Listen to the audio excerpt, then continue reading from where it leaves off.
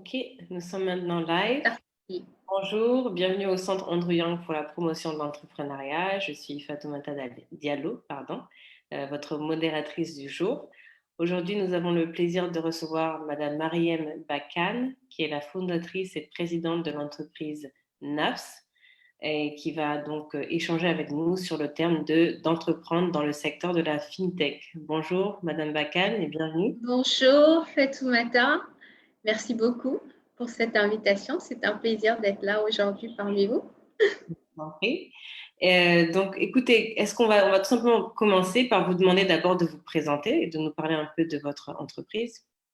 D'accord, je suis Mariam Bakan, je suis, comme vous l'avez dit, fondatrice et présidente de NAS, qui est une FinTech. FinTech est une contraction de finance et technologie. Nous sommes une entreprise basée à Abidjan et voilà, on a comme cible les acteurs financiers en règle générale. On propose des solutions logicielles et par ailleurs également du conseil. Donc voilà, pour ce qui est de NAS. Pour ce qui est de moi, je suis franco-sénégalaise. Je vis à Abidjan depuis maintenant bientôt 6 ans. Auparavant, j'étais à Paris dans le domaine des marchés financiers. J'ai eu une expérience de plus de 14 ans maintenant, donc aussi bien en France qu'en Côte d'Ivoire. Je suis également certifiée Financial Risk Manager et AMF par l'Autorité des marchés financiers de France. Et j'ai travaillé à différents postes. J'ai démarré ma carrière en tant que compte. Donc, quant, c'est un peu ceux qui font tout ce qui est modélisation, pricing, les modèles mathématiques dans le domaine des marchés. J'ai fait de la gestion du risque, j'ai fait de la gestion de portefeuille d'investissement. Et par la suite, voilà, j'ai fondé NAFS en 2018. D'accord, donc juste par curiosité, est-ce qu'il y a un petit lien entre ce que vous venez de dire et les dérivés par hasard? Oui, Hein. par D'accord. exemple, voilà, on valorisait les, parce que pour investir sur des dérivés, par exemple, il faut les valoriser, il y a des modèles derrière, etc. Donc, au début de ma carrière, j'ai beaucoup travaillé dans ce domaine. Et D'accord. ils servent également à la couverture des risques, etc. D'accord. Donc c'est intéressant, vous avez dit quelque chose d'intéressant, vous avez dit que vous avez travaillé pendant 14 ans dans le secteur financier, que vous avez différents rôles et que Mhm, vous étiez en France. Donc, mhm. du coup, on a envie de vous demander, étant donné que vous êtes franco-sénégalaise, donc pas ivoirienne, on a envie de vous demander qu'est-ce qui vous a poussé à venir déjà à tout laisser et à rentrer sur le continent et pourquoi la Côte d'Ivoire? Pourquoi la Côte d'Ivoire? Je pense que la question, elle est, le cheminement est un peu plus complexe. Déjà, la Côte d'Ivoire, c'est un pays de cœur, dans le sens où j'ai grandi en Côte d'Ivoire. J'ai beaucoup de mes frères et sœurs qui sont nés en Côte d'Ivoire. J'ai grandi en Côte d'Ivoire jusqu'à mes 7 ans, avant de rentrer au Sénégal, de poursuivre mes études, avant de partir en France pour finir mes études et donc de travailler là-bas. Donc ça, c'est une première chose. Après, le retour en Côte d'Ivoire s'est fait un peu par hasard, parce qu'il faut dire que quand je partais en France, j'avais aussi cette réelle envie de rentrer dans mon pays ou en Afrique pour contribuer. Pour, l'objectif était d'aller me former et ensuite de revenir et d'apporter quelque chose. Et pendant un certain temps, j'ai énormément appris, la souffrance m'a énormément apporté euh, sur le plan professionnel. Et à un moment, j'avais ce besoin de sens que je n'arrivais pas à trouver, d'impact. Qu'est-ce que je faisais pour mon continent? Parce que c'est bien beau tout ça, cette finance très développée, etc. Mais comment je contribuais réellement au développement de l'Afrique? Et ça, c'est quelque chose qui me tenait à cœur, que à un moment, on essaye d'ignorer, on essaye parce que voilà, on a un certain confort, on a comment dire, une certaine routine qui s'installe, des habitudes, etc. Donc, on a aussi un entourage qui fait que, bon, des fois, on n'a plus ce courage de sauter le pas. Mais comme j'aime dire, des fois, le sort, il nous rappelle des choses.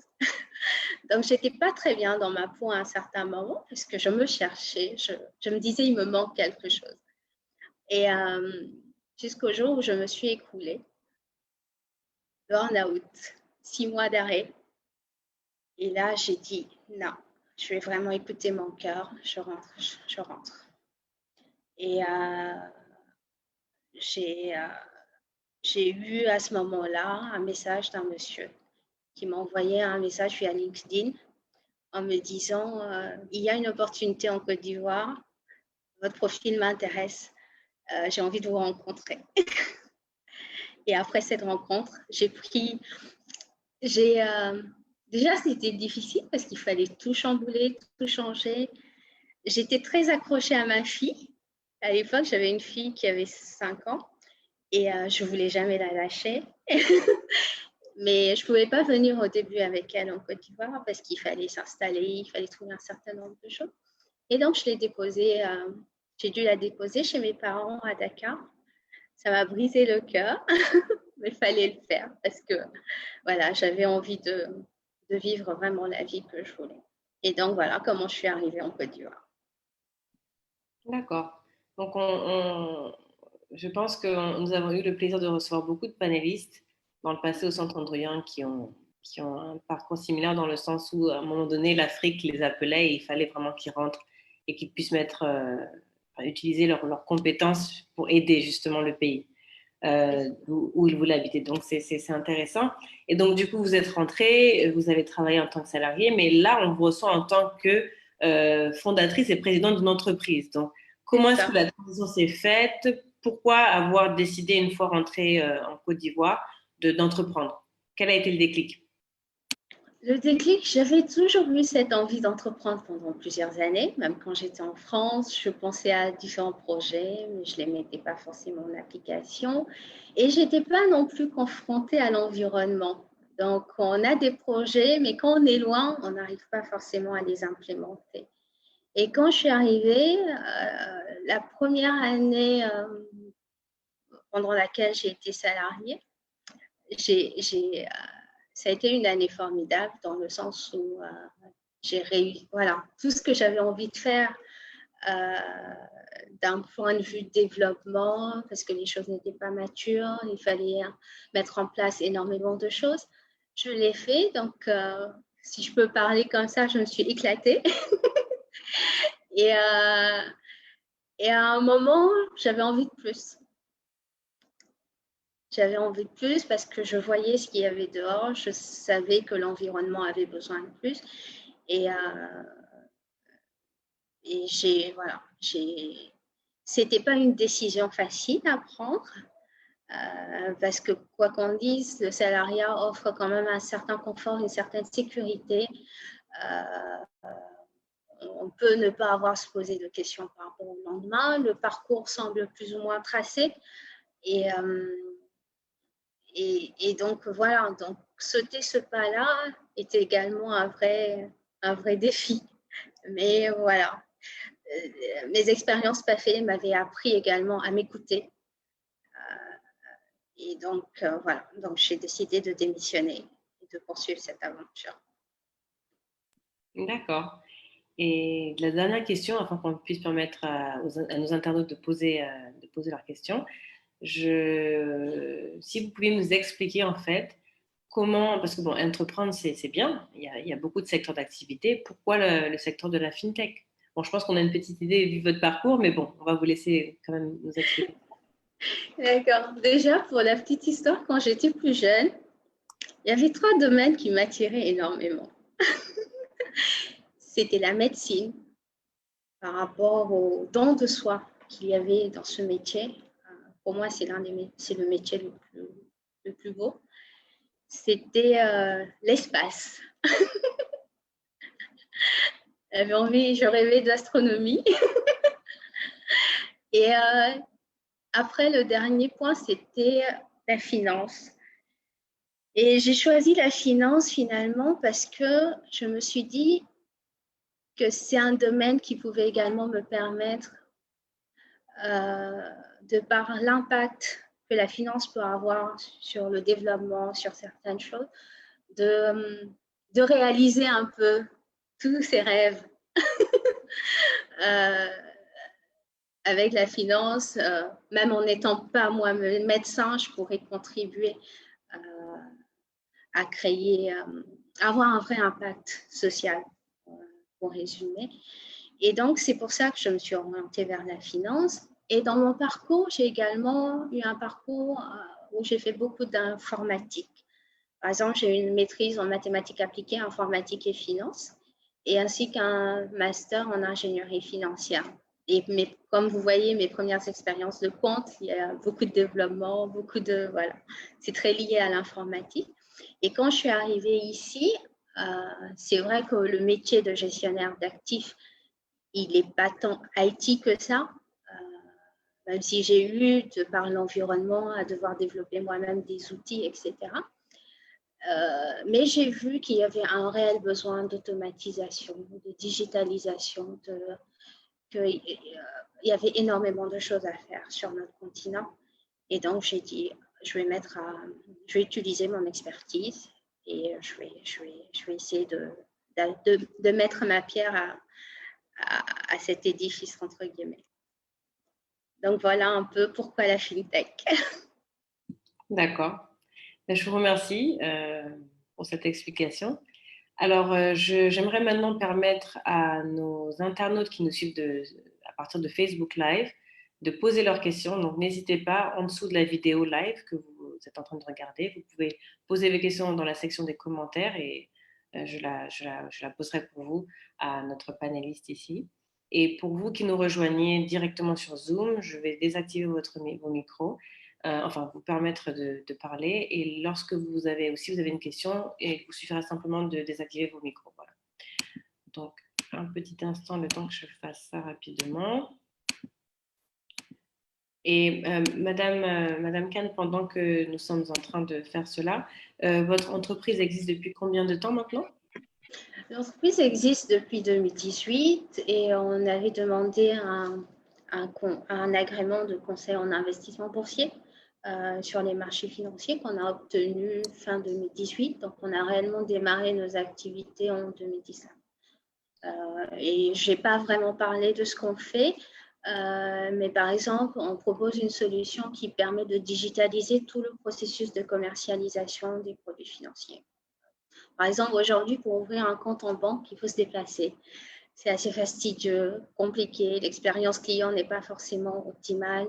Pour les acteurs financiers également, il y a énormément de choses à améliorer, aussi bien au niveau de la distribution que de l'expérience client, des coûts qu'ils supportent, parce que les réseaux d'agences, le personnel qu'ils emploient, etc., c'est des charges qui sont relativement lourdes et qui ne permettent pas forcément d'offrir une bonne qualité de service parce que même les ressources humaines ne sont pas optimisées. Et au-delà de ça, il n'y a pas forcément une bonne connaissance des clients de façon à leur offrir les meilleurs produits. Et la finance aujourd'hui est très sélective. En termes d'accessibilité, tout le monde n'a pas accès aux services financiers. Donc, NIMS a souhaité un peu permettre d'améliorer en fait tous ces facteurs. Et donc, on a mis en place cette solution qui, elle, permet de digitaliser, comme je dis, tout le processus avec un KYC, donc la connaissance du client qui est digitale, le paiement électronique qui est intégré, la signature électronique intégrée. Donc voilà, le parcours est vraiment beaucoup plus fluide, beaucoup plus pratique et moins cher pour l'ensemble des acteurs. D'accord. Alors, merci. Et on a déjà pas mal de questions sur Facebook Live. Donc, messieurs et dames sur Zoom, désactivez votre micro dès que vous êtes prêts à poser votre question.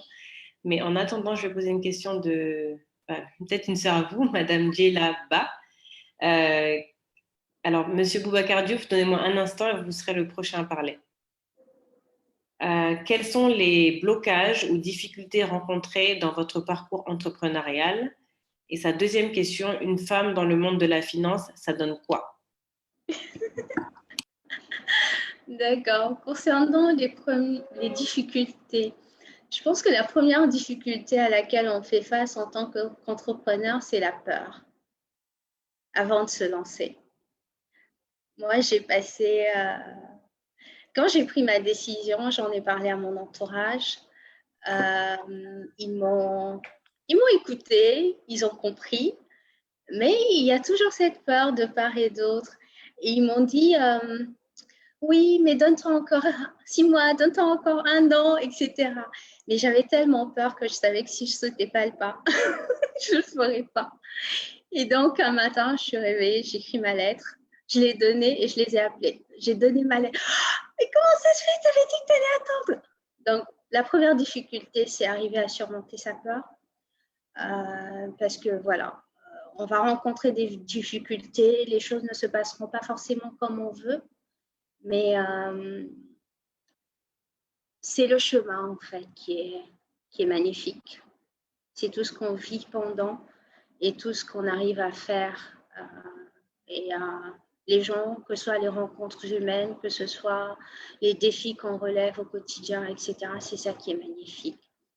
Le deuxième défi, bon, deuxième ou en tout cas un ensemble de défis qu'on rencontre tous les entrepreneurs et notamment en Afrique sont liés par exemple à tout ce qui est lenteur administrative, l'absence de transparence, que ce soit le fait que également on n'a pas forcément accès au financement. Moi, par exemple, j'ai financé cette aventure, on va dire à 4. Actuellement, je suis en train d'avoir des investisseurs qui ont cette volonté d'entrer dans le capital, mais j'ai financé cette aventure toute seule en fait. Et donc, cette difficulté de financement, elle est bien réelle et, et même d'accompagnement quand on est une jeune entreprise dans un environnement. En Afrique, c'est assez difficile parce qu'on n'a pas tout ça. Donc ça, c'est pour la première partie de la question. Et j'en passe. Quand on a un produit, il y a forcément des gens qui vont essayer de copier, qui vont... Voilà. C'est un milieu un monde très particulier. Et une femme dans la finance, et j'irai même au-delà, une femme dans la finance et dans la tech. Une femme dans la finance est un milieu très masculin en général, et la tech aussi. Et donc, quand on se retrouve dans ce milieu-là, souvent en tant que femme, on ne nous prend pas très au sérieux. On va avoir des gens qui nous regardent un peu de haut, qui vont penser que tout est possible, ils peuvent tout se permettre avec nous. On va rencontrer des gens, par exemple, pour la petite anecdote, moi, je suis éditrice de logiciels. C'est avec le code que j'arrive à gagner de l'argent. J'ai déjà eu un prospect qui m'a dit, oui, madame, on aimerait bien que vous nous donniez votre code. Et ça, c'est le genre de choses qu'on dira qu'à une femme. Parce qu'on pense que peut-être là, elle est pas très intelligente, pas très fut-fut, donc elle entreprend un peu par défaut. Donc, on est un peu considérés comme des entrepreneurs de seconde zone par certains. Après, bon, au fil des échanges, ils finissent par comprendre que voilà, c'est quand même quelqu'un qui sait de quoi. Voilà, c'est pas un aventurier ou quelqu'un qui fait des choses un peu. Donc, on respecte un peu plus la compétence des gens. Donc, voilà, globalement, voilà, ou des gens qui, par exemple, moi, je démissionne pour créer mon entreprise. Je vais rencontrer d'autres entrepreneurs hommes qui vont me demander à ce que mes produits soient des options de leur solution. Donc, voilà, des anecdotes, il y en a plein comme ça par rapport à ce qu'une femme entrepreneur peut rencontrer. J'ai même eu la dernière fois une collègue entrepreneur qui m'a dit qu'elle propose une solution. Et un de ses concurrents l'a appelé pour lui dire, écoute, ton produit, il est très bien. J'aimerais que tu viennes travailler pour moi comme salarié. Donc voilà, j'espère avoir répondu à la question. Je l'espère aussi. Et si ce n'est pas le cas, j'invite Madame Diela Ba à continuer à nous poser d'autres questions. J'aimerais donner la parole maintenant à Monsieur Boubacar Diouf. Est-ce que vous souhaitiez poser une question à Madame Bakan? Alors, vous devez désactiver votre micro. Oui, Voilà, vous Monsieur Diouf. m'entendez? Oui, on vous Vous entend très bien. m'entendez? Oui, très bien. Ok. Bonjour à Fatoumata et Mariam. Déjà, je vous Bonjour. félicite pour ce webinaire et je félicite aussi Mariam pour son esprit d'entreprise. Donc, c'est super d'avoir des femmes entrepreneuses en Afrique. Donc, ma question, c'est, voilà, une fois en fait que vous avez décidé de vous lancer, qu'est-ce qui a été ou qu'est-ce qui ont été les plus grosses difficultés donc, au début pour mettre en place la société, pour recruter, voilà. C'est plus ça ma question. Ok, très intéressant comme question. Des difficultés, j'en ai rencontré. Euh, il y a déjà d'un point de vue de l'état d'esprit en Afrique, par rapport à l'environnement que je connaissais avant, c'est très différent. Euh, D'un point de vue humain, c'est chaque jour des découvertes. J'ai peut-être un côté un peu perfectionniste où je veux que les choses soient bien faites. Et des fois, j'ai eu du mal à retrouver un peu des gens qui partageaient cette envie ou cette vision un peu, parce que quand j'ai créé ce projet, au-delà de l'aspect technologique, solution, c'est aussi de donner à la finance africaine cette place qu'elle n'a pas au regard des autres continents, des autres pays. La finance, on regarde toujours un peu la finance africaine de bas, euh, un peu de haut, pardon, parce qu'elle n'est pas bien structurée, parce qu'elle n'est pas assez développée, etc. Et moi, j'ai voulu faire de la finance africaine une finance de classe mondiale et un vrai levier de développement. Et donc, quand on va dans ce sens-là, il nous faut des gens qui sont vraiment experts dans leur domaine. Il faut des gens qui embrassent cette vision, qui comprennent qu'on ne peut réussir que si on est meilleur, que quand on a cette volonté de s'améliorer au quotidien. Et qu'on ne peut pas juste rester sur des acquis ou dire j'ai fait, bon après, voilà. Donc ça, c'est d'un point de vue qualité ou, ou engagement, ou comme je parlais de lenteur, par exemple, administratif, etc. C'est vraiment des choses qui, en Afrique, pour un entrepreneur, sont très difficiles. D'accord. Monsieur Diouf, j'espère que Madame Bakan a bien répondu à votre question. J'aimerais à présent donner la parole à Monsieur, alors, excusez-moi, Monsieur Philippe Jonathan. Je vous en prie, vous pouvez désactiver votre micro. Monsieur Philippe Jonathan Dodo. Oui, mon micro est activé. Bonjour. Merci, oui, merci. En tout cas, merci. C'est vraiment un plaisir de vous avoir sur un plateau, bon, on peut dire un plateau virtuel pour nous parler de la FinTech. Je ne sais pas si vous m'entendez. Oui, je vous entends très bien. Voilà, pour nous parler de la FinTech. En fait, en réalité, moi, ma préoccupation majeure, c'est de savoir est-ce que dans le domaine de la finance, vous avez dit que le domaine de la finance est un domaine qui est beaucoup plus masculinisé, c'est-à-dire qu'il y a beaucoup plus d'hommes que de femmes. D'accord. Mais est-ce que vous avez eu ce courage-là et cette abnégation de pouvoir rentrer, si on peut dire, rentrer dans le domaine de pouvoir réaliser plus ou moins votre projet? Mais est-ce que vous pensez que la plupart des jeunes filles, des femmes, de nos femmes que nous voyons africaines ont cette capacité-là à pouvoir donner une image de la finance que vous voulez donner? Vous avez parlé de la finance africaine.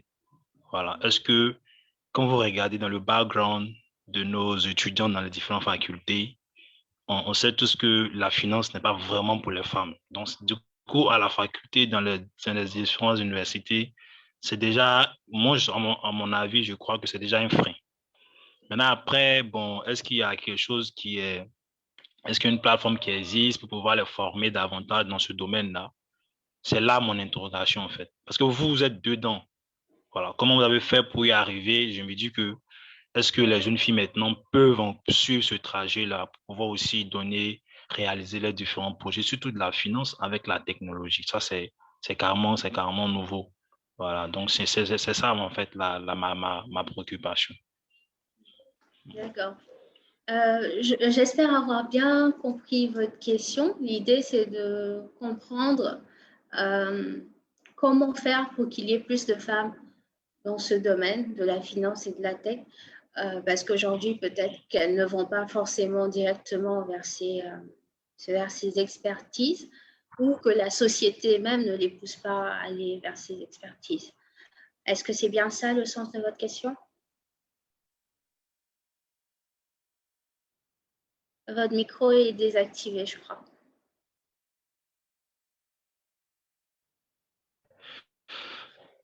Oui, c'est bien ça, en fait. C'est aussi un point de la question. Voilà. Je disais D'accord. que vous êtes jeune, voilà, jeune, vous êtes engagé dans le domaine de la finance. Est-ce que vous pensez que notre jeunesse féminine, voilà, dispose de capacités qu'il faut pour pouvoir aussi suivre le chemin que vous avez emprunté, tout en considérant les réalités sociales, l'environnement macro, tout ce qui peut exister? Voilà, c'est un peu ça. Moi, je pars du principe que rien n'est impossible à celui qui veut. Tous les rêves sont permis et tous les rêves sont réalisables, dès lors qu'on veut et qu'on se donne les moyens d'y arriver. C'est vrai que j'ai grandi dans un environnement et j'ai eu la chance d'avoir des parents et notamment un papa qui a toujours poussé ses filles, qui les a toujours mises en avant, moi j'ai quitté ma famille, j'avais 17 ans. Euh, Par rapport à mes origines, c'est des cultures qui sont très conservatrices. J'ai quitté mes parents, j'avais 16 ans. Ouais, je venais à peine d'avoir 17 ans. Et mes parents m'ont toujours poussée à aller vers ce que j'avais envie, à respecter mes choix et à me donner les possibilités de suivre mes rêves. Je suis partie en France, j'ai été toute seule pour une jeune fille. C'est vrai que dans certaines familles africaines, ce n'est pas forcément quelque chose d'évident. Je me rappelle à l'époque quand je rêvais d'astronomie ou que je rêvais, voilà, mes parents, mon père notamment, a toujours été derrière pour me pousser. Il nous a toujours dans l'environnement, pour dire que l'environnement joue un rôle, c'est vrai, très crucial. Mais je connais également des femmes qui n'ont pas eu cet environnement, mais juste par leur volonté, par leur envie, par leur fait que leurs rêves sont tellement forts qu'elles ont essayé de trouver les moyens d'y arriver. Et aujourd'hui, une femme ne doit pas refréner, entre guillemets, ses rêves ou ses envies du fait d'un environnement ou du fait qu'on n'a pas tout ce qu'il faut, parce qu'on n'a jamais tout ce qu'il faut réellement. Après, c'est qu'est-ce qu'on fait pour contourner les difficultés qu'on a? Qu'est-ce qu'on fait pour aller au-delà? Comme je dis, on ne va pas forcément nous prendre au sérieux, on ne va pas forcément nous aider. Il y a beaucoup de facteurs qui entrent en jeu, mais moi, je reste persuadée que la volonté est essentielle. Et je crois aussi au fait qu'on finit toujours par avoir en face de soi les personnes qu'il nous faut pour nous aider à accomplir nos rêves. Donc, il faut juste se mettre en route. Et j'encourage, et je pense qu'il y a beaucoup d'initiatives en ce moment qui sont faites, et notamment, je pense que ce forum également est l'occasion de donner aux jeunes filles cette envie de poursuivre des carrières ou des études dans des domaines très spécifiques, parce que voilà, c'est important. C'est important aujourd'hui que moi, peut-être en tant que financière ou quelqu'un qui est dans la fintech, que je veux pas trop employer le mot modèle, mais c'est un peu le seul terme que j'ai là à l'instant, pour faire comprendre aux jeunes filles, aux femmes en général, qu'on peut y arriver, qu'on peut accéder à tout ce qu'on veut et qu'on n'est pas obligé quelque part d'accepter ou de renoncer parce qu'en face, on nous fait comprendre qu'on n'est pas à notre place.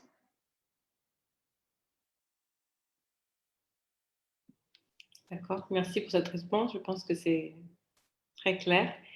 Est-ce qu'il y a d'autres questions pour nos invités sur Zoom?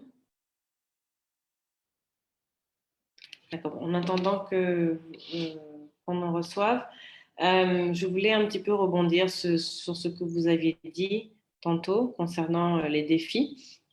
Donc, le WEF, notre programme actuel, Women Entrepreneurship Forum, c'est vraiment justement une opportunité de donner une plateforme, la plateforme donc, à des femmes qui entreprennent et qui sont leaders.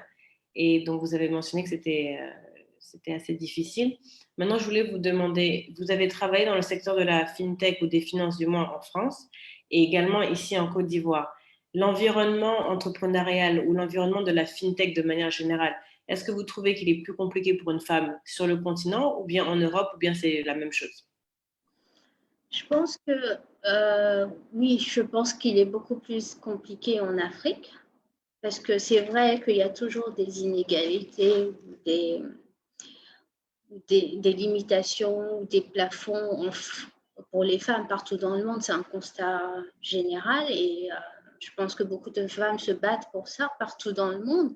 Mais en Afrique, c'est toujours voilà, parce qu'on est encore dans des sociétés où la femme est perçue d'une certaine manière, une femme doit être au foyer.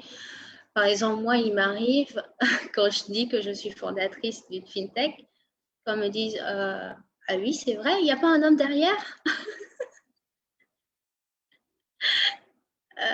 Ouais, donc oui, c'est beaucoup plus compliqué dans cet environnement. Par exemple, quand je travaille dans la finance en Afrique, en France, c'est vrai, on a toujours plus de difficultés quand on est une femme, que ce soit en termes de salaire, que ce soit voilà, c'est connu. Et en Afrique, on doit encore plus se battre, on doit encore plus s'imposer, on doit encore voilà, savoir qu'il faudra travailler 2 fois plus et s'imposer davantage qu'un homme. Alors, je ne sais pas s'il y a d'autres. Ok, donc on a une question qui nous vient de Zoom, de F. Tal.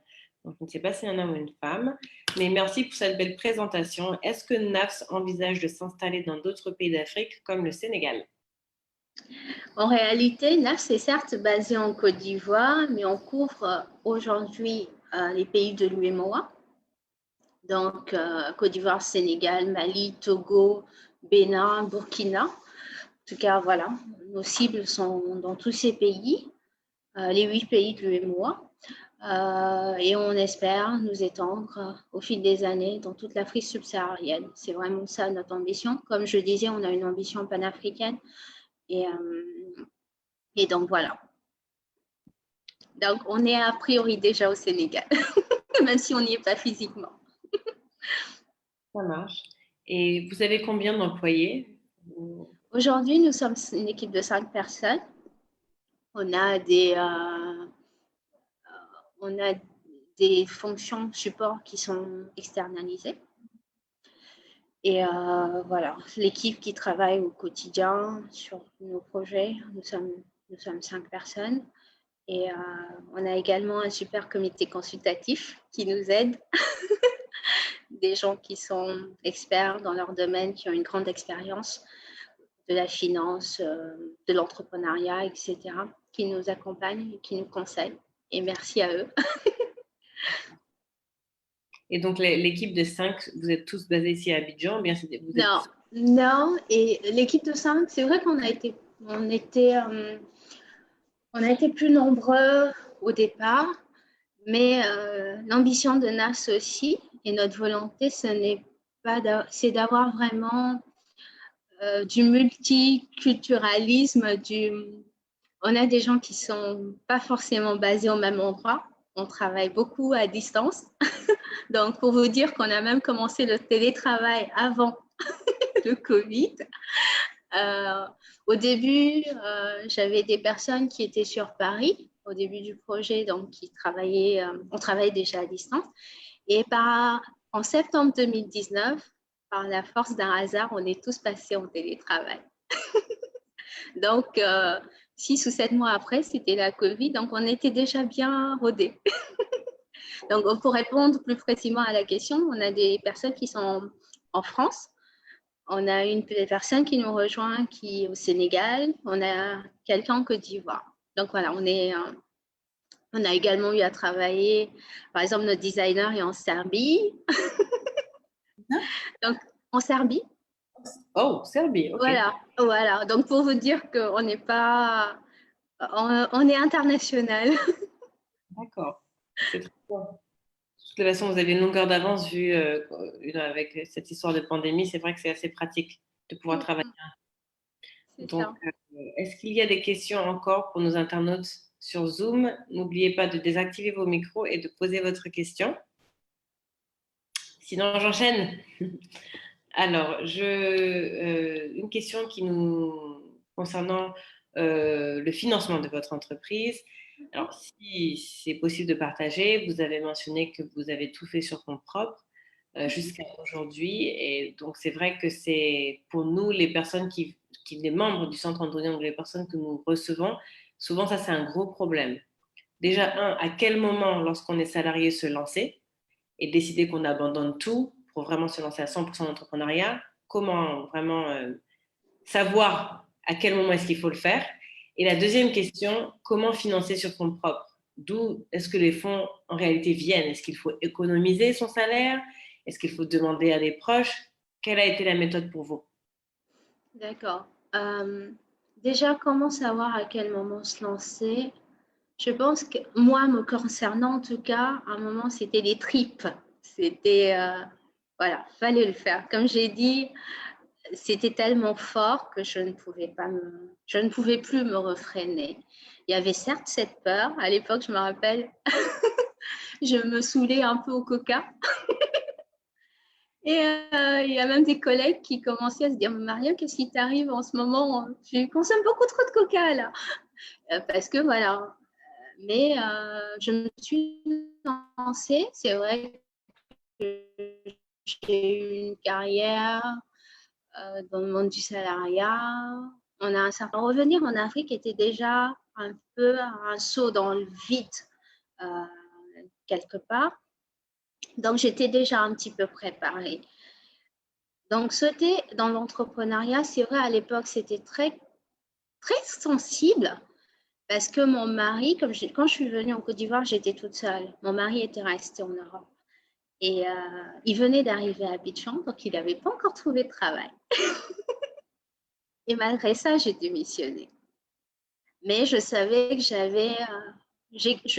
j'avais cette confiance, je savais que j'avais au moins 2 ans d'économie qui me permettraient de vivre. Bon, certes, il fallait renoncer à un certain nombre de choses, il fallait faire des sacrifices. Je pense que la seule chose sur laquelle on n'a pas souhaité, mon mari et moi, changer ou renoncer à certaines choses, c'est l'éducation de nos enfants. Mais pour le reste, il a fallu qu'on fasse des choix et qu'on se dise, voilà, c'est pour un temps, qu'on a un projet, qu'on a envie de quelque chose, il faut se donner les moyens d'y arriver. Donc, voilà, c'est des économies. J'ai eu la chance quand je travaillais en France et merci, voilà, je ne veux pas citer de nom aujourd'hui, merci, ils se reconnaîtront s'ils sont là. Merci à cette entreprise-là parce qu'elle m'a beaucoup apporté. On avait par exemple un système de participation et d'intéressement qui me permettait d'économiser régulièrement. J'avais également un salaire qui était relativement confortable. Donc, j'ai réussi à avoir certains moyens qui m'ont permis voilà, de commencer cette aventure. Je ne donnerai pas des chiffres, mais j'ai beaucoup investi. Et des fois, ça peut donner un peu le tournis. On va dire que j'ai mis 14 ans de vie. Bon, à l'époque, c'était quoi, 12 ans de vie. Mais depuis, voilà, j'ai démissionné, je me consacre entièrement à ce projet, etc. Donc, c'est un investissement aussi bien financier qu'humain. Ensuite, voilà, sur fonds propres essentiellement. Et depuis un an, j'ai des amis de la famille qui ont décidé de m'accompagner. Qui ont décidé de m'accompagner d'un point de vue financier. Certains ont souhaité devenir associés, mais cela se fera lors d'une prochaine levée de fonds. J'ai également, au-delà des aspects financiers ou autres, j'ai également eu un soutien, un vrai soutien de certaines personnes à qui je dis un grand merci, parce que ce n'est pas seulement une aventure entrepreneuriale, c'est pas seulement du financement, c'est également, on a des moments de doute, on a des moments où on se pose des questions, on a des moments où on a besoin de revoir les priorités, on a besoin de changer de cap, voilà. C'est tout un chemin, tout un cheminement. Et donc, toutes ces personnes ont été là pour m'aider, pour me tendre la main. Et ça n'a pas de prix. D'accord, merci. Alors, encore une fois, chers amis de Zoom, si vous avez une question, c'est le moment. D'accord, alors. Monsieur Philippe Jonathan Dodo a une autre question, allez-y. Oui, oui, j'ai une question. Et la question est relative à la formation des jeunes filles et des femmes en général.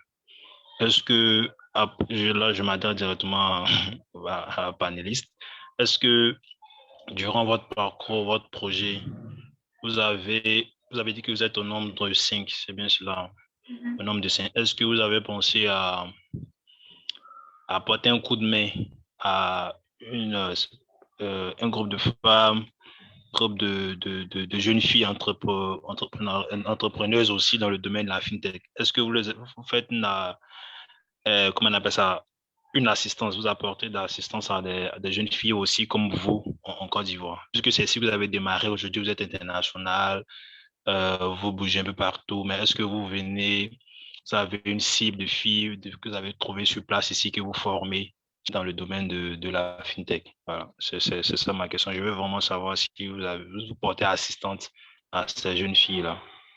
D'accord. La question la réponse va être en plusieurs phases. Assistante aux jeunes filles, oui. Après, il y a des réalités qui sont, par exemple, moi, en tant que chef d'entreprise, j'ai besoin de recruter. J'ai eu à recruter des femmes. Et j'ai cherché souvent très longtemps. J'ai demandé partout. Mais il n'y a pas beaucoup de profils tech. Malheureusement, en Afrique, j'en ai recruté.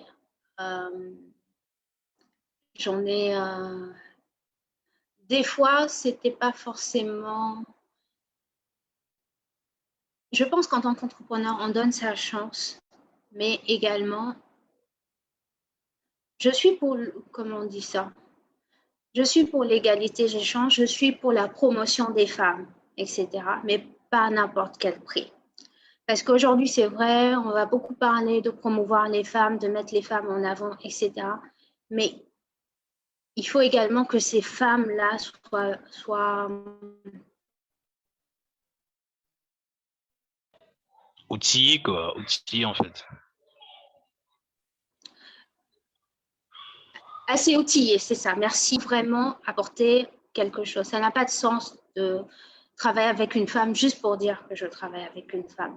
Donc ça, moi, en tant qu'entrepreneur, c'est une chose à laquelle je fais attention. Après, à compétences égales, ou même, on va dire, même si elles ne sont pas totalement égales, je privilégierai forcément une femme, parce qu'aujourd'hui, on a ce besoin-là de promotion de la femme. Mais je n'embaucherai pas ou je ne recruterai pas une femme juste parce que c'est une femme.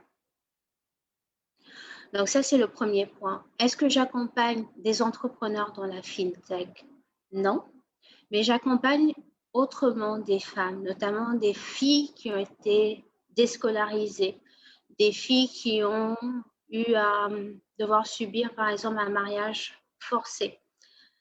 Donc, ces filles-là, je les accompagne aujourd'hui de façon à ce qu'elles aient une éducation et que demain, elles puissent être autonomes, avoir un métier, etc. On reste quand même une entreprise, c'est vrai, on a une vocation internationale, on espère grandir dans les années à venir, mais on reste une start-up. Donc, avec des moyens quand même relativement limités. Et voilà, mais dans la mesure de nos moyens, on essaye quand même d'accompagner le développement des femmes et leur promotion. Ok, ok, à part tout. En tout cas, c'est déjà bon ce que vous faites déjà. Le fait d'apporter assistance, même si ce n'est pas dans le domaine de la fintech, et déjà dans d'autres domaines, puisque bon, on connaît plus ou moins la vulnérabilité des populations africaines. Donc, si vous apportez votre pouce, je crois que c'est vraiment quelque chose à saluer et à encourager. En tout cas, merci. Merci, merci à vous. Merci pour cette question, Monsieur Dodo. Alors, nous avons une question qui nous vient de Facebook. Est-ce que NAFS a un site web et où est-ce que vous voyez, vous vous projetez dans 5 ans? Enfin, pas vous, mais l'entreprise. D'accord. Oui, NAFS a un site web www.nafs.global, Global. Et où est-ce qu'on se projette dans 5 ans? D'un point de vue de la couverture pays, on espère au moins être en Afrique centrale et dans d'autres pays de l'Afrique subsaharienne. Comme j'ai dit, pour l'instant, on est en Afrique occidentale, voilà, en zone UEMOA. Et on espère également grandir d'un point de vue humain, arriver à recruter davantage de personnes et davantage de femmes. Parce que comme je disais une fois, on avait lancé un recrutement, un appel à candidature, et limite je disais, s'il vous plaît les femmes, venez. Je me sens un peu trop seule. Donc oui, on espère avoir beaucoup plus de femmes au sein de NAFS. Et avoir également, aujourd'hui on est sur un pont de la digitalisation, qui est la commercialisation, l'entrée en relation, l'onboarding. On espère, voilà, parce que l'objectif, c'est d'avoir des solutions front to back. Donc, on espère avoir suffisamment de succès au niveau déjà des produits qu'on propose aujourd'hui, de façon à pouvoir proposer davantage de choses et être encore plus innovant. D'accord, merci. Est-ce qu'il y a des questions, messieurs, dames de Zoom? Encore une fois, vous pouvez tout simplement désactiver vos micros. Alors, une question qu'on pose traditionnellement à toutes nos panélistes qui viennent sur le programme WEF. Et c'est vrai que vous en avez déjà parlé. Mais un problème en tout cas qui revient souvent, qu'elle rapporte souvent, c'est peut-être en tant que femme, surtout femme africaine, le fait d'entreprendre n'est pas toujours bien compris peut-être par le conjoint, ou oui, le conjoint ou la famille, comme vous l'avez mentionné. Donc je voulais peut-être vous demander, si ce n'est pas trop indiscret, quel conseil, en gros, vous pouvez peut-être donner à des femmes qui se retrouvent dans une situation où la famille ou le conjoint, par exemple, n'est pas trop d'accord pour que la femme se lance et entreprenne, parce qu'ils ont peur justement, voilà, que quelque chose se passe, vous dissuadent peut-être de laisser le travail. Quel conseil est-ce que vous pouvez leur donner? D'accord. 3 conseils, je sais. Moi personnellement, au-delà du conseil, moi personnellement, j'estime être extrêmement chanceuse de ce point de vue-là. Parce que j'avoue qu'aujourd'hui, sans le soutien, sans l'accompagnement au quotidien de mon conjoint, ce serait très, très, très difficile. Parce qu'en tant que femme, en tant que mère, en tant que... Voilà, il y a énormément d'enjeux, il y a énormément de choses. Et si on n'est pas soutenu, si on n'est pas aidé, on n'y arrivera. En tout cas, ce sera très difficile d'y arriver. Après, le conseil que je pourrais donner, c'est de communiquer. Après, ce sera plus facile avec certains que d'autres, c'est certain. Mais c'est de communiquer au maximum. La famille ou l'entourage ou le conjoint peut ne pas être rassuré, mais c'est de leur donner des arguments pour lesquels ils vont être rassurés. Moi, j'ai eu cette chance d'avoir un entourage qui m'a toujours laissé poursuivre mes rêves, même si des fois ils vont me dire « Ok, tu vas te casser la figure, on va encore rigoler ». Mais voilà, c'est comme ça. Donc, c'est de communiquer, leur expliquer, écoutez, c'est pas du suicide, je fais pas n'importe quoi, j'ai un plan. Donc, c'est de partager ce plan-là. Et c'est de faire comprendre aux autres qu'est-ce qu'on attend d'eux également. Comment ils peuvent nous aider, comment ils peuvent nous soutenir. Pour certains, ce sera spontané, ce sera naturel. Pour d'autres, il va falloir leur expliquer, il va falloir leur demander, il va falloir les rassurer parce que c'est normal, ils ont peur. C'est un chamboulement des fois. On va dire qu'on a beaucoup moins de visibilité par rapport à l'avenir. Donc, c'est la communication qui est la clé. Et bon, après, des fois, c'est après coup, mais je pense que il est également, d'un point de vue du conjoint, il est également important de choisir la personne avec laquelle on chemine. C'est ça aussi le couple. Hein. C'est pas juste être en couple pour être en couple. C'est des gens qui décident de s'unir parce qu'ils veulent construire quelque chose.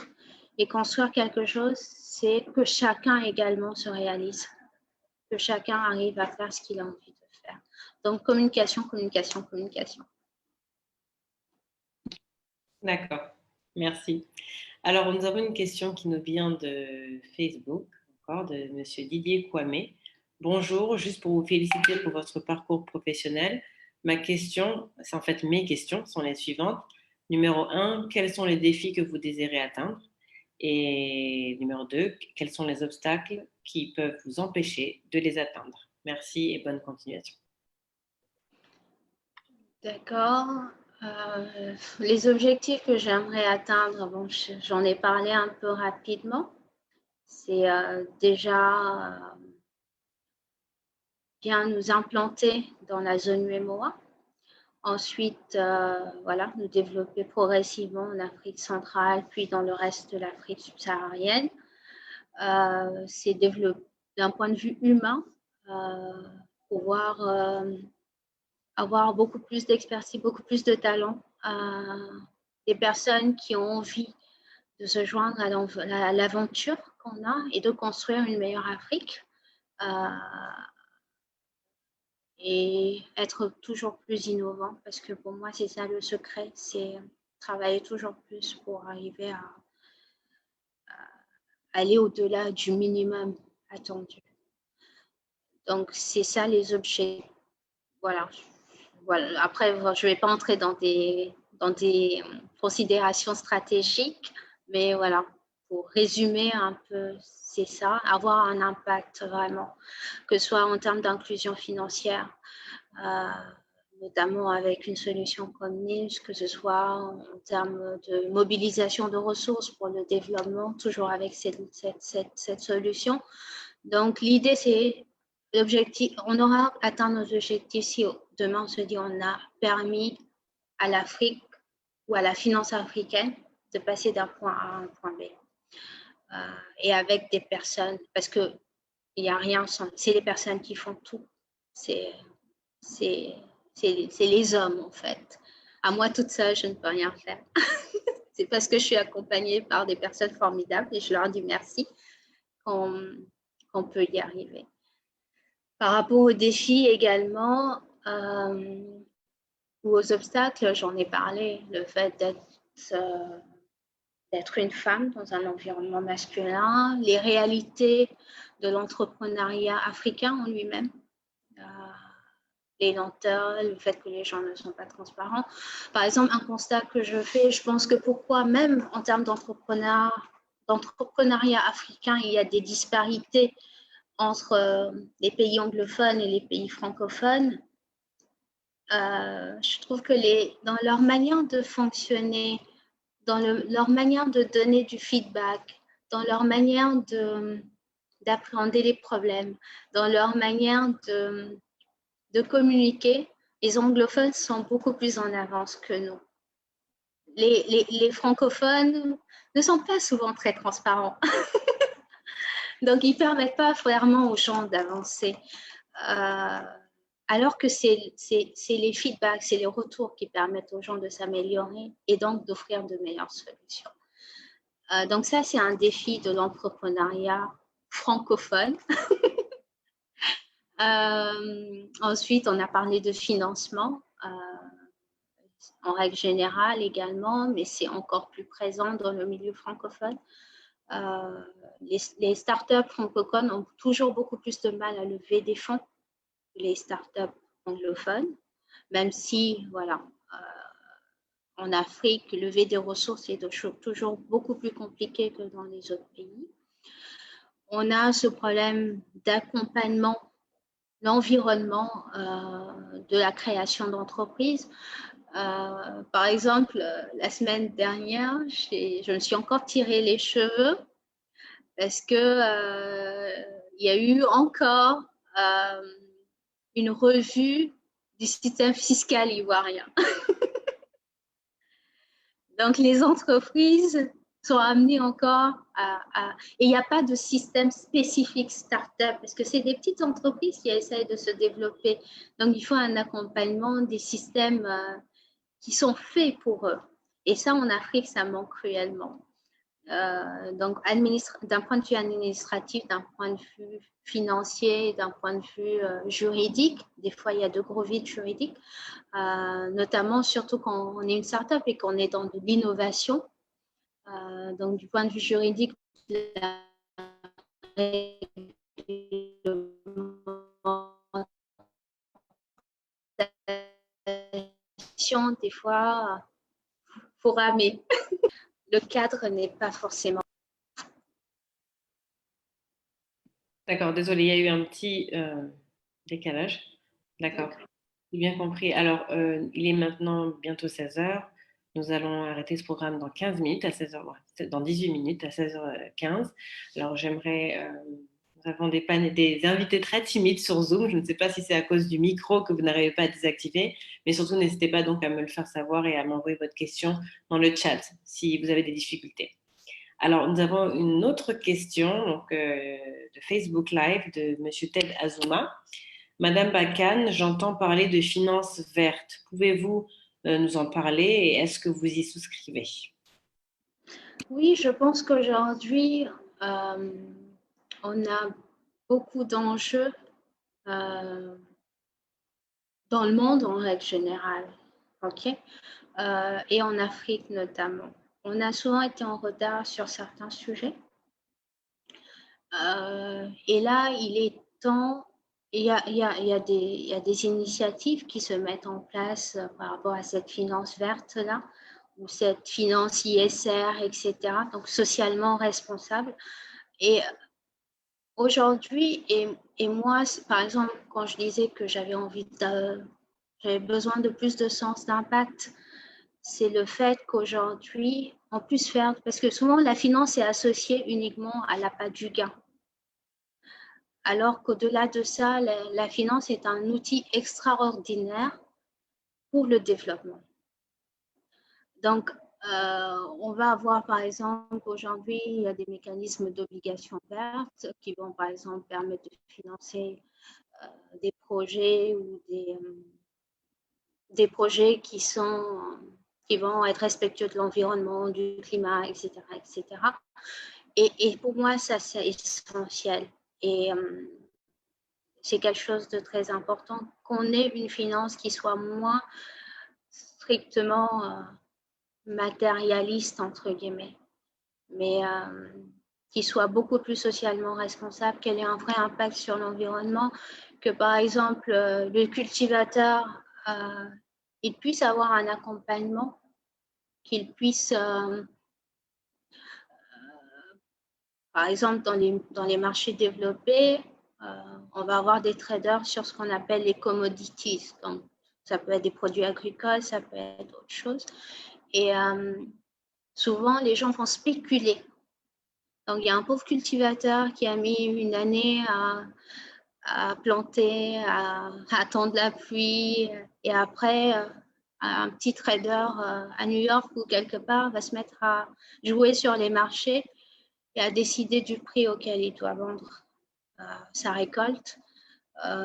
Ça, ce n'est pas forcément socialement responsable. Donc aujourd'hui, moi, la finance dont je rêve, c'est une finance qui est socialement responsable et qui a un vrai impact sur le développement. D'accord, merci. Alors, j'aimerais laisser quelques secondes à nos internautes de Zoom parce que ils enchaînent les questions et qui n'ont peut-être pas le temps de désactiver leur micro. Monsieur Diarasouba, Madame Fatimba, Monsieur Lamine, Dey Awadja, est-ce que vous avez des questions?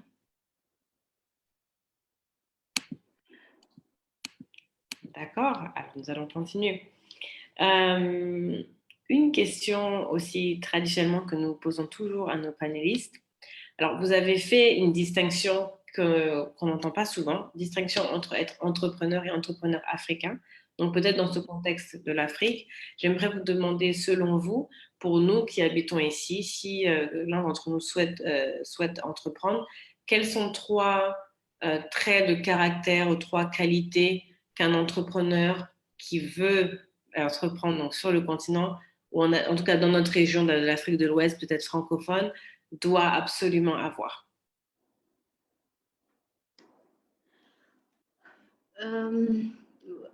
Je vais essayer d'y répondre. Après, c'est pas forcément. Oui. Pourquoi? On aimerait bien une justification. Oui, en fait, voilà, j'essaie de réfléchir rapidement pour savoir les trois, parce qu'il y en a beaucoup. Je vais d'abord choisir le courage. Il faut être très courageux pour entreprendre en Afrique, et partout d'ailleurs, mais en Afrique particulièrement, parce que tout nous pousse à ne pas le faire. Tout nous pousse à ne pas le faire, que ce soit des fois l'environnement familial, que ce soit des fois l'environnement extérieur, l'environnement économique, comme je disais, l'environnement social en règle générale. Et on a également, pourquoi du courage? Parce qu'en Afrique, on a une fixation sur l'échec. Et on va souvent dire ah, le pauvre, ah, il a raté ce truc, ah, le pauvre, il est malade. Mais on ne se félicite pas forcément des succès, des fois. Et on a souvent tendance à avoir des scénarios catastrophes, très pessimistes. Et donc, il faut savoir aller au-delà de tout ça, du qu'en dira-t-on, du jugement. Et si je me plante, qu'est-ce que les gens vont penser? Et également, après, je ne sais pas si c'est africain ou c'est en général. Moi, personnellement, j'avais par exemple des relations quand j'étais salariée. Le jour où j'ai démissionné pour être entrepreneur, plus personne ne décrochait son téléphone. Parce que, voilà, peut-être qu'on est salarié. À ce moment-là, j'avais peut-être quelque chose à offrir. Je pouvais être d'une certaine utilité sur certains aspects. ou voilà, il peut me rendre service par rapport à tel truc, etc. J'en sais rien. Mais une chose est claire, c'est que quand on passe de salarié dans une grande entreprise avec, voilà, à certains niveaux de poste, etc., et quand on devient entrepreneur, le regard des autres change. Donc ça, pour moi, il faut du courage. Ensuite, la persévérance. Est-ce qu'on va en voir des vertes et des pas mûres? On en voit des vertes et des pas mûres, et donc il faut cette, comme dit l'autre, la quête commence toujours par la chance du débutant, mais se termine par l'épreuve du conquérant. Quand on entreprend en Afrique, il faut savoir aller toujours de l'avant, quelles que soient les difficultés qu'on rencontre. Et moi, j'ai tendance à dire qu'un entrepreneur qui réussit, et j'ai énormément de respect pour le peu de parcours entrepreneurial que j'ai sur ce continent, pour les gens qui ont réussi. Aujourd'hui, on va entendre parler de Dangote ou de, voilà, de personnes qui ont vraiment réussi en tant qu'entrepreneur. J'ai énormément de respect et d'admiration parce que je me dis, si elles ont réussi à survivre à tous ces défis, c'est qu'elles deviennent inarrêtables. Il n'y a rien qui peut les stopper. Elles peuvent aller au bout de tout. Et je considère qu'un entrepreneur qui réussit en Afrique est capable de réussir partout dans le monde. Donc, le deuxième conseil, ça c'était pour le deuxième. Le troisième, je dirais savoir s'entourer, peut-être. Parce que comme je dis, des fois on a besoin de ces gens qui vont nous donner ce courage. Parce que ce n'est pas tous les jours qu'on est courageux. Et ce n'est pas tous les jours où on est persévérant. Il y a des jours où c'est tellement dur qu'on est très bas. On a besoin de gens pour nous tendre la main et nous relever. Donc, oui, je dirais ces 3 points, le courage, la persévérance et savoir s'entourer. Et merci pour ça. Et ce qui est très intéressant, c'est que à chaque fois qu'on pose cette question à nos panélistes, à nos invités, il y a au moins 1 ou 2 traits de caractère qui reviennent. Et donc, c'est en fait de mettre en valeur, c'est que bon, voilà, quoi, c'est pas que tous les entrepreneurs sont dans le même bateau et il y a des choses que vous avez en commun, quel que soit le secteur d'activité dans lequel vous entreprenez. Donc, exactement. le persévérance et savoir s'entourer. D'accord. D'abord, Monsieur Lamine, à qui nous allons donner, qui a levé la main en premier, et ensuite on demandera à Madame Fatima Ba de poser sa question. Monsieur Lamine, vous pouvez y aller. Alors, il vous faut. Allô, bonjour. Bonjour. Je suis confus, je suis infiniment confus. Je ne faisais que suivre. C'est une mauvaise manipulation, donc je vais continuer à suivre. C'est très, très intéressant. Ah, merci et désolé. Désolé. Alors, Madame Fatima Ba, c'est à vous. Bonjour, Madame Diallo. Bonjour, Madame Kane. Bonjour. Marie-Ève, c'est Fatima Ba. Fatima de Paris? Oui. Ah, je suis ravie. Eh ben, je suis plus que ravie. Moi, je suis très contente de te voir. Ton exposé, merci, moi aussi, je suis contente de t'entendre. Franchement, félicitations. Je te souhaite beaucoup de courage pour la suite surtout.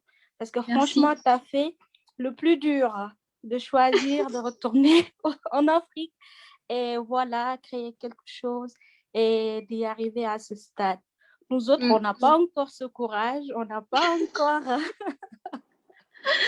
le soutien peut-être que tu as de ta famille, de M. Khan et de ton entourage surtout.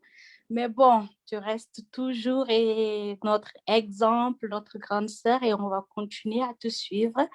Et surtout les derniers conseils que tu viens de donner, franchement, voilà, c'est noté et on va y réfléchir et on n'hésitera pas à te contacter si besoin. Avec plaisir. t'écouter et à t'encourager surtout. Merci beaucoup, Fatima. Merci beaucoup. Fatima est une petite sœur que j'ai rencontrée à Paris et c'est également une fille qui fait preuve de beaucoup de courage, qui se bat, et qui a souhaité se faire sa place dans son monde. Et je crois qu'elle y réussit, qu'elle y arrive parfaitement et je suis fière d'elle. Bravo. D'accord, ben merci pour cette intervention, Madame Basse. Je pense que c'est un bon exemple de savoir s'entourer, n'est-ce pas? D'avoir des bonnes paroles positives, de bonnes ondes qui viennent des amis et de la famille pour encourager. Alors, il est bientôt l'heure. Je ne sais pas s'il y a d'autres questions, mais en tout cas, nous, au Centre Andrian, on en a une autre, peut-être la dernière pour aujourd'hui. Beaucoup des personnes qui viennent au centre se posent toujours la question de savoir, enfin s'inquiètent parce que bon, est-ce que j'enregistre mon entreprise, est-ce que je travaille de manière formelle ou est-ce que je le fais de manière informelle? Voilà, on va parler d'avoir une entreprise dans le domaine formel parce que je pense que c'est vraiment ce que nous on promeut au Centre Andrian. Est-ce que quand vous êtes arrivé ici, vous avez trouvé que c'était difficile justement d'enregistrer votre compagnie et de faire toutes les démarches administratives? Est-ce que vous pouvez nous parler un peu de cela? Vous avez un peu touché, mais sans rentrer dans les détails. Et c'est vrai que c'est une question qui revient beaucoup, qui inquiète les personnes qui souhaitent se lancer. Donc, on voulait vous demander, et peut-être si vous avez une petite expérience avec la manière dont ça se fait au Sénégal, peut-être un point comparatif pour nous expliquer les différences ou bien les similarités. D'accord. Oui, c'était très challenging au début, rien que pour immatriculer l'entreprise. Il faut dire que bon, j'ai voulu être dans l'innovation pour tout. J'ai décidé de prendre un régime d'entreprise qui n'était pas forcément très répandu en Afrique, notamment en Côte d'Ivoire. Je pense que je fais peut-être partie des premières personnes à avoir adopté ce régime. Il s'agissait de la SAS. Donc, c'était un régime qui était déjà bien présent en France et qui est très indiqué pour les startups parce que c'est un régime qui est à mi-chemin, qui offre les avantages, certains avantages de la SA, la société anonyme, tout en offrant une certaine souplesse aux actionnaires, aux fondateurs, entre guillemets. Est-ce que tout se peut se faire au travers des statuts? Donc, la première difficulté que j'ai rencontrée, je fais appel à... ici, c'est au CPC. Je vais au CPC pour essayer d'immatriculer mon entreprise. On me dit, écoutez, pour une SAS, il faut faire appel à un notaire obligatoirement. OK. Donc, j'avais déjà fait appel au service d'un juriste pour rédiger les statuts, pour faire un peu tout ce travail préparatoire. Je contacte donc, je cherche à rencontrer un notaire. Je demande des contacts à gauche, à droite. Finalement, on me donne un contact. Écoutez, la SAS, ça n'existe pas en Côte. Ça n'existe pas. Donc, comme je disais, il y a un vrai problème de compétences. Les gens, ils ne vont pas forcément vous dire on ne sait pas. Et donc, beaucoup peuvent vous mettre dans des situations. Donc, un des conseils, je vais rajouter un quatrième, si vous me permettez. Soyez toujours critique. Toujours critique. Parce que vous allez... Moi, j'ai rencontré plein de cas de figure où si je n'avais pas regardé de près, et certainement, je suis passée à côté de certaines choses, mais si je n'avais pas regardé de près, ce serait très préjudiciable. Donc, les notaires qui vont vous dire, voilà, une SAS, non, on va le faire comme ça, etc. Alors que ce n'est pas du tout à faire. Heureusement que je m'étais documentée, heureusement que je laissais faire. Et ensuite, les tarifs qui peuvent être très prohibitifs, surtout pour une start-up. Finalement, j'ai trouvé un notaire qui comprenait. Donc, des fois, il faut tourner avant de tomber sur le bon. Et il ne faut pas avoir peur. Il ne faut pas avoir peur de changer. Et après, c'est les tarifs et le temps que ça... Bon, c'est allé relativement vite entre le moment où le dossier a été déposé, où l'immatriculation réellement a été faite. Ça a été rapide, mais c'est l'avant qui a été compliqué. C'est l'avant qui a été compliqué. D'accord. Et est-ce que au Sénégal, je ne sais pas si vous avez un peu d'expérience, est-ce que c'est aussi compliqué? Les procédures sont comment là-bas? Pour être honnête, je n'ai pas vraiment d'expérience de ce point de vue-là au Sénégal. Donc, je préfère ne pas me prononcer sur quelque chose que je ne maîtrise pas totalement. Absolument, absolument. D'accord, donc il est 16h15, donc nous allons conclure. Alors, j'ai un message quand même que je voulais partager de Madame Ndeye Awadja. Félicitations et bonne continuation. Fière de toi, Seydiba, une promotionnaire de l'université Gaston Berger de Saint-Louis. Donc, c'est un autre shout-out pour vous. Parce que je ne pense pas. Voilà, beaucoup d'encouragement ici, ça fait plaisir. Merci. Donc, on aimerait vous remercier de nous avoir accordé votre temps, d'avoir partagé votre expérience, d'avoir répondu à nos questions. On remercie également les internautes de vous être rejoints à nous. Si vous avez des questions concernant ce programme ou nos activités, vous pouvez tout simplement nous contacter via notre page Facebook en tapant AYC Abidjan. Vous pouvez nous envoyer un message ou nous appeler directement sur notre téléphone du centre.